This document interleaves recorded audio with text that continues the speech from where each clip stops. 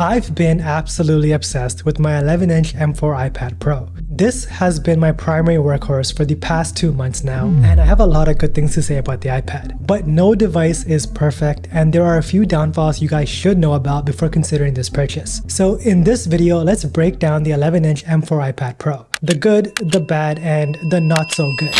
I've been feeling so small. Watch the clock ticking off the wall.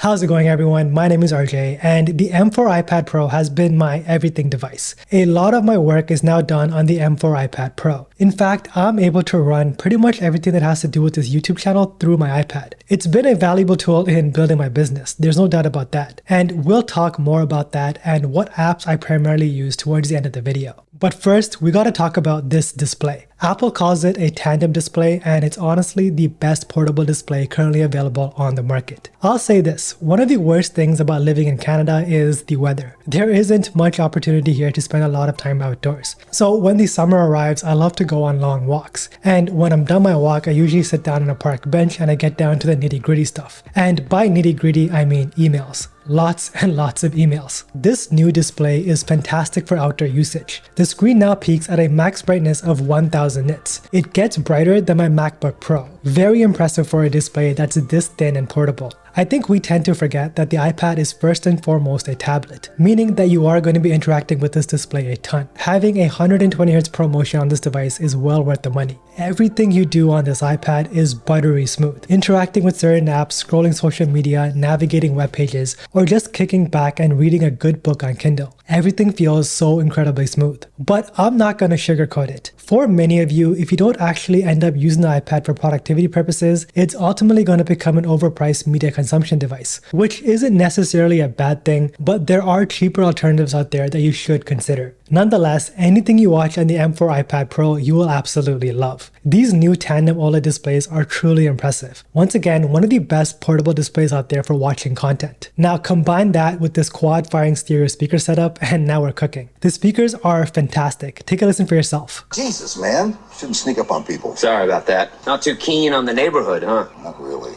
There is a lot of debate out there on which size iPad to get, and I can only speak on my experience. I'm coming to the M4 iPad Pro from a 13-inch M1 iPad Pro, so I'm losing about 2 inches in screen size, give or take, which for me has been a difference maker. I've been loving my experience with the 11-inch form factor. It's lightweight, it's thin, and it's extremely portable. And you're really not missing out on that much screen real estate either. I think ultimately it does come down to this. If you're primarily going to be using your iPad on the Magic Keyboard and you don't ever plan on using it as a standalone tablet, then you might actually benefit from a bigger display. You do get a bit more screen real estate for multitasking purposes, and you do get a lot more information, visuals, and whatnot on the screen. But if you're more like me, a hybrid user who sometimes likes to unwind on the couch, watch a few shows, and sip on some green tea, then the 11-inch is a no-brainer. At the end of the day, it does come down to what kind of user you are. That's something you do have to figure out for yourself. Just do me a quick favor. If you're enjoying this video, then leave a like on this video. It helps me out more than you guys know, and I have a lot more iPad content coming, including a must-have accessories video for the iPad Pro, so stay tuned for all of that. Now, I would not be buying an iPad Pro without this, the Magic Keyboard.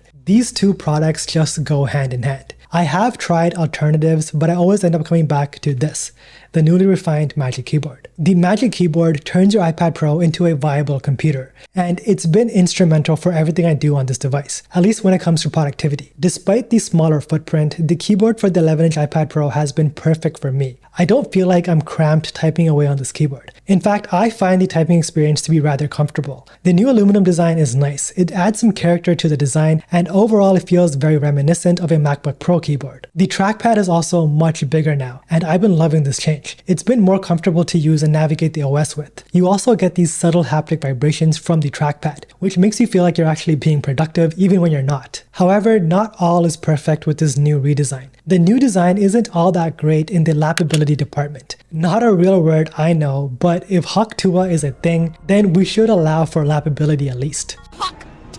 Unless you're using this combo on a flat surface or a table, you will notice that it does tend to topple over. I feel like the balancing can be a bit better in the next iteration, but I am willing to let this part slide because this is still the best option we have for a keyboard on an iPad. So lately I've been really into note-taking. I mean, in my university days, I used to take notes all the time, and back then it was with a pen and paper. These days, we have legit alternatives like an iPad Pro and the new Apple Pencil Pro. It's been an absolute blast to use this pencil. The new squeeze feature has been so convenient. It speeds up your workflow while you're taking notes or even when you're drawing if you are an artist watching this video. Once again, just like with the Magic Keyboard, on this new iteration of the Apple Pencil, you do get some subtle haptic feedback while you're squeezing or double tapping the pencil. My go-to note-taking app lately has been GoodNotes.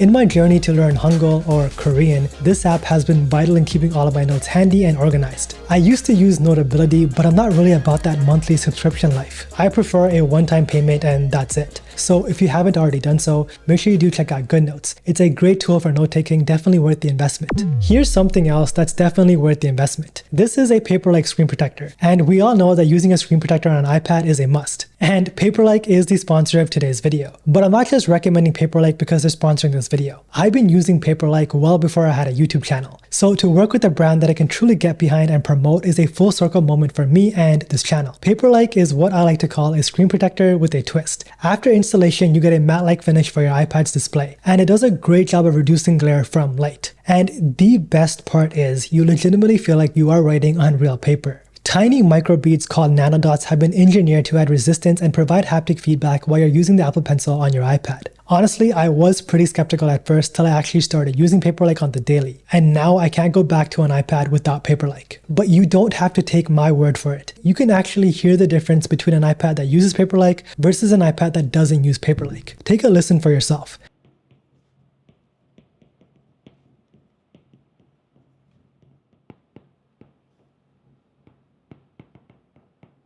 The installation process is super simple, and if installed properly, you will not see a single bubble. So if you are in search of a screen protector for your iPad, I suggest spending the extra money and buying from a brand you can actually trust, like Paperlike. If you want to learn more, there's a link for you guys in the description below, and thanks to Paperlike for sponsoring this video. Some of you guys have asked me my thoughts on whether or not to get the cellular version of the M4 iPad Pro. I would suggest against it. If you already have a pretty decent data plan, then hotspotting Wi-Fi from your phone to your iPad should be no issue at all. 5G on an iPad does have its benefits, but quite honestly, it's not worth the monthly fee. And also 5G is pretty battery hungry, so you will be seeing some pretty poor screen on times from the iPad. So yeah, just stick to what I do and just hotspot away. If you're new to the iPad and you're looking for some apps to really take your productivity to the next level, these are some must-have apps that I use on a regular basis to run my six-figure YouTube channel. Number one is probably ChatGPT. The latest version is on absolute crack. I use it every single day, multiple times a day to assist with a lot of different tasks. You just gotta take some time to learn how to really prompt it properly, but from there, we're cooking. ChatGPT is an absolute time saver. Lightroom is another app that I use pretty frequently. I edit and create all of my thumbnails on Lightroom. On the iPad, it's pretty much the fully fledged MacBook version of the app, so another fantastic app for the iPad Pro.